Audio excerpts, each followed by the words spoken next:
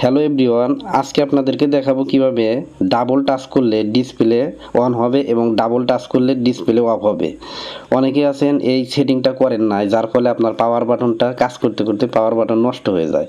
তো এই সেটিংটা অনেক গুরুত্বপূর্ণ, এটা করে নিতে পারেন। মাত্র 2 মিনিটেই এই কাজটা করতে পারবেন। আর এই কাজটা করার জন্য প্রথমে সেটিং অপশনটা ওপেন করবেন।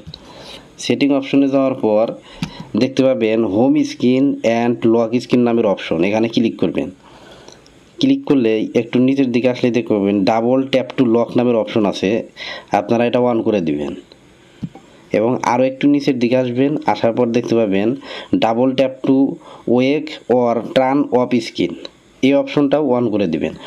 এই দুটা অন করে দেওয়ার পর আপনারা ব্যাক বাটনে ক্লিক করে ডাবল টাচ করলেই দেখবেন ডিসপ্লে অফ হয়ে গেছে এবং ডাবল টাচ করলে ডিসপ্লে অন হয়ে যাবে।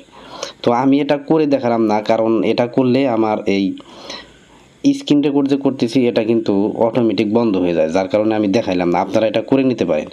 আর অনেকে আছেন এই সেটিং থেকে না পেলে আপনারা আর একটা কাজ করতে পারবেন। যদি এখান থেকে এই সেটিং অপশনে লক স্ক্রিনে না পান, তাহলে কি করবেন, এই সেটিং অপশনে যাবেন। এটা হচ্ছে দ্বিতীয় পদ্ধতি। সেটিং অপশনে যাওয়ার পর উপরের দিকে দেখতে পাবেন সার্চ বারস অপশন আছে। এই সার্চ বারস অপশনে যেয়ে এখানে লিখবেন ডাবল ট্যাপ, DOUBLE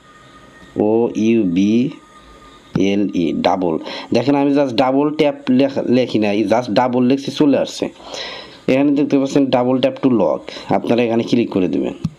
ক্লিক করলে কিন্তু এই অপশন দুটি পেয়ে যাবেন। দেখতে পাচ্ছেন যে ডাবল ট্যাপ টু লক, এখান থেকে আপনারা এটা অন করে দিবেন। এবং আরেকটু নিচের দিকে আসলে double tap two ওয়েক to run off screen, এটা অন করে দিবেন। এই দুইটা কাজ করলেই আপনি কিন্তু এই সেটিংটা হয়ে যাবে।